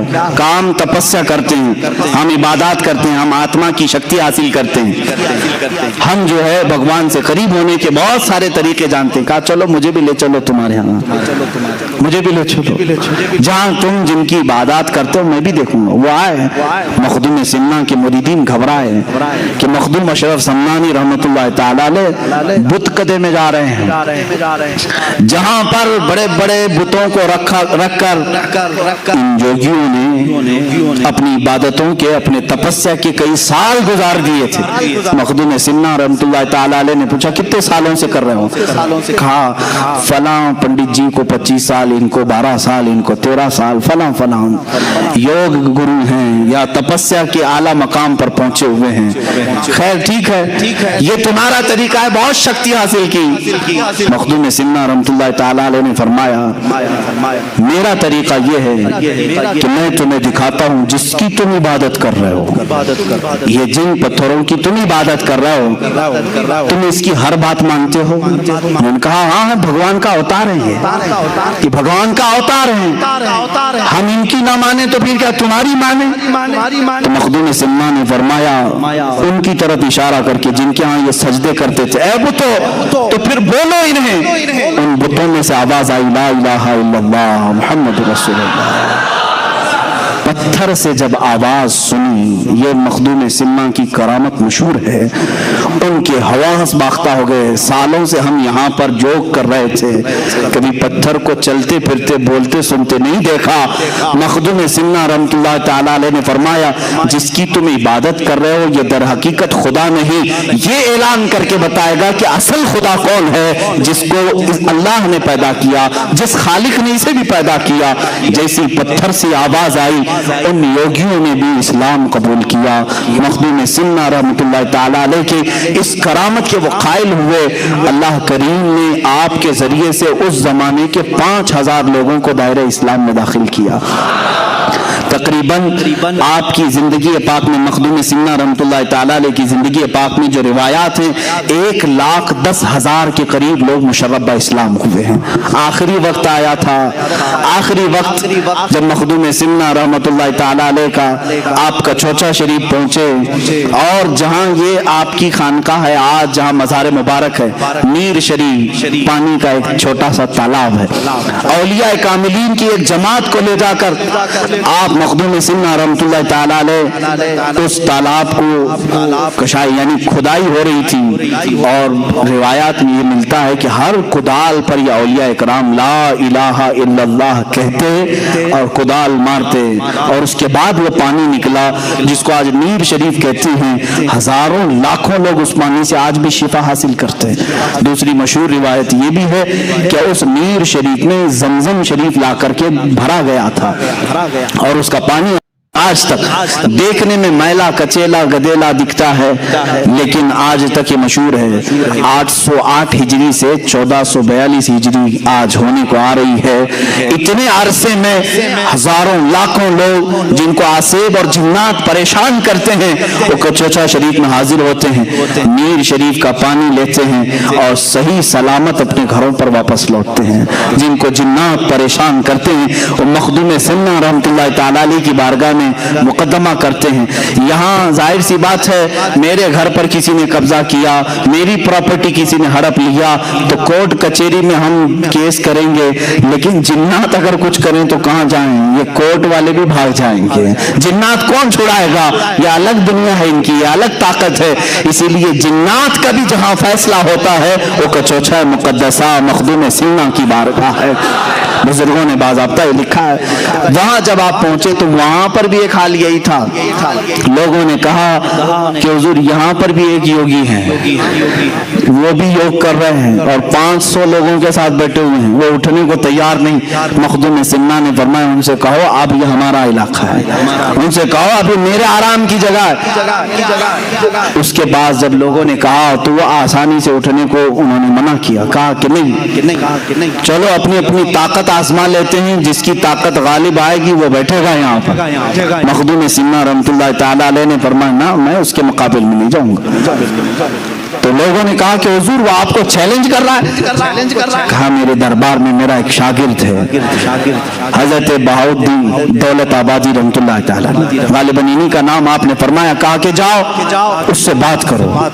تو انہوں نے کہا کہ وہ بہت بڑا پنڈت ہے، جادوگر ہے، جادو دکھاتا ہے۔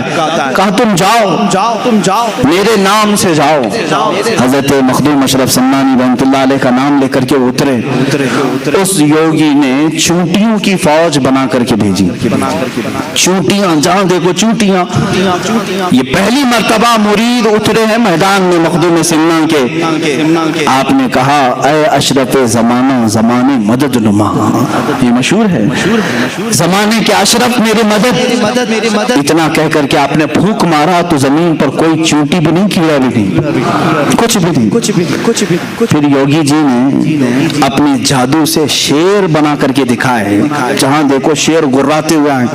اب چونکہ سلطان مخدوم اشرف سمنانی رحمۃ اللہ علیہ کی اس مرید صادق کا قلب بہت مضبوط ہو چکا تھا، آپ نے صرف اپنے پیر مغاں سیدی اشرف جہانگیر رحمۃ اللہ علیہ کا نام لیا اور پھر اس سے کہا یوگی جی ڈپلیکیٹ شیروں سے اصلی شیر کا مقابلہ کیسے؟ یہ بناوٹی شیر ہے، جادو نظر بندی کو کہتے ہیں، حقیقت میں ہوتا نہیں، یہ 3D امیج ہے جو آج بھی ہو رہی ہے۔ جادوگری سے تم دکھا رہے ہو اور ایک طرف مقابلہ اصلی شیر سے کر رہے ہو۔ آپ نے صرف اپنا چہرہ صرف کھولا، دیکھا تو دور دراز تک کوئی شیر نہیں، سب کے سب غائب ہے۔ یوگی جی نے مان لیا کہ اب میرا جادو ناکام ہے، اتنے سالوں کی جو تپسیا ہے وہ ان فقیروں کے سامنے نہیں چلے گی۔ سیدھے آئے، کہا کہ تو کس کا آدمی ہے؟ کہا چل میں تو ایک شاگرد ہوں، اصل کے پاس لے جاتا ہوں۔ وہ یوگی جی آئے، مخدوم اشرف سمنانی رحمۃ اللہ تعالی علیہ کے دربار میں جیسے ہی دیکھا انہوں نے کہا آپ جس طاقت کو حاصل کیے ہیں کیا وہ طاقت مجھے مل سکتی ہے؟ میں برسوں سے تپسیا کر رہا ہوں۔ مخدوم سنہ نے اس کا ہاتھ پکڑا اور کہا پڑھو لا الہ الا اللہ محمد رسول اللہ صلی اللہ علیہ وسلم۔ اس نے پڑھا اور دوسری ہی لمحے مخدوم سنہ رحمۃ اللہ تعالی علیہ نے ولایت کا تاج اسے عطا فرمایا، اپنے مریدین میں داخل کیا، اور جو وہ طلب لے کر کے آیا کہ برسوں سے تپسیا کر کے جو طاقت نہیں ملی، مخدوم سنہ کے ہاتھ میں بیعت سے وہ طاقت مل گئی۔ یہ مخدوم سنہ ہیں۔ اے میرے عزیزو، سلطان جہانگیر مخدوم اشرف سمنانی رحمۃ اللہ تعالی علیہ کے تذکرے میں جتنے بھی کروں وہ کم ہیں، ان سے ایک خلق کثیر کو نفع ہوا ہے۔ ان کی زندگی کتنی چیزوں کا سنگم ہے۔ سمنان سے نکلے تھے، بچپن سے میں نے آپ کے واقعات سنائے،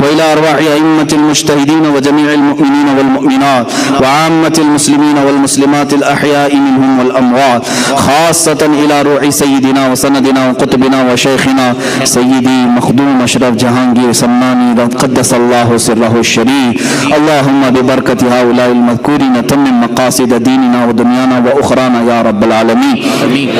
اللهم أوصل ثواب قراءتنا إلى روح سيدي وعقائي ومولاي السید اشرف جہانگیر سمانی رحمت اللہ تعالی علیہ بن سلطان سید ابراہیم بن سید احمد الدین بن سید نور بخش بن سید ظہیر الدین بن سید تاج الدین بن سید علی بن سید محمد بن سید کمال الدین بن سید مبارز الدین بن سید جمال الدین بن سید عبداللہ بن سید حسین بن سید احمد بن سید حمزہ بن سید علی اکبر بن سید موسیٰ بن سید اسماعیل ثانی بن سید محمد المکتوم بن سید اسماعیل اکبر بن سیدنا امام جعفر صادق بن سیدنا باقر امام سیدنا علی زین العابدین بن امام سیدنا حسین شہید کربلا بن سیدنا امام علی و سیدہ فاطمہ بنت رسول اللہ.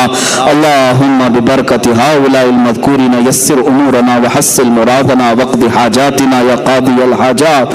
اللہم اشفی امراضنا وامراض المسلمین وارحم موتانا وموت المسلمین. الہ العالمین ستار علیہ غفارت الذنوب قدیر جبار خدا اس مجمع پاک پر تو اپنا رحم و کرم نازل فرما مولا تیرے محبوب ولی سیدنا مخدوم سمنانی رحمۃ اللہ تعالی علیہ کا ذکر خیر یہاں کیا گیا ہے اے رب ذوالجلال تیرے اس محبوب ولی کا واسطہ ہم سب کی بخشش فرما دے مسجد سے نکلنے سے پہلے ہم سب کو بخشے ہوا میں شمار فرما اے کریم خدا ہمارے صغائر و کبائر کو معاف کر دے اس مجمع کو اس جلسے کو مولا قیامت کے دن ہمارے گناہوں کا کفارہ بنا دے مخدوم سنہ رحمۃ اللہ تعالی علیہ کا دامن ہمیں قیامت کے دن عطا فرما اے کریم خدا ارحم الراحمین جملہ پریشانیوں سے ہمیں چھٹکارا عطا فرما امت مسلمہ پر رحم و کرم فرما پورے ہندوستان کے مسلمانوں کی عزت و آبرو کی حفاظت فرما مخدوم سنہ کا واسطہ مولا دنیا میں آج موجود اسلام اور مسلمانوں کے دشمنوں کو خاک و خاسر فرما دے اسلام و سنیت کا بول بالا فرما کفر و شرک کا منہ کالا فرما اے رب ذوالجلال ان کے تمام تر منصوبوں کو خاک میں ملا دے قدیر جبار خدا امن و امان عطا فرما پورے ہندوستان میں امن و امان عطا فرما ہر طرح کے ظلم و ستم سے سب کی حفاظت فرما یہاں جتنے حاضر ہیں ہم نے جو بے اولاد ہیں انہیں اولاد صالح عطا فرما جو بے روزگار ہیں انہیں حلال روزیاں عطا فرما جو بے جوڑ ہیں انہیں حلال انہیں نیک و صالح رشتے عطا فرما اے کریم خدا جو قرض میں مبتلا ان کے قرضوں میں آسانیاں عطا فرما جو ناحق جیلوں میں بند ہیں انہیں رہائی کی سبیل پیدا فرما اے کریم خدا ارحم الراحمین ہم سب میں اتحاد و اتفاق نصیب فرما ہمارے مشائخ کا سایہ ہم سب کے سروں پر دراز فرما سلسلہ اشرفیہ کے تمام بزرگان دین مشائخ کا سایہ ہم سب پر دراز فرما ان کے ذریعے سے دین و سنیت کی خدمت عطا فرما اے کریم خدا ارحم الراحمین مولا یہاں پر ہم جتنے بچے جوان بوڑھے حاضر ہیں تیرے دربار میں صرف اتنی التجا کرتے ہیں مولا اس وقت تک موت نہ عطا کر جب تک تو ہم سب سے مفتی صاحب کی یہ ویڈیو زیادہ سے زیادہ شیئر کریں اور چینل کو سبسکرائب ضرور کریں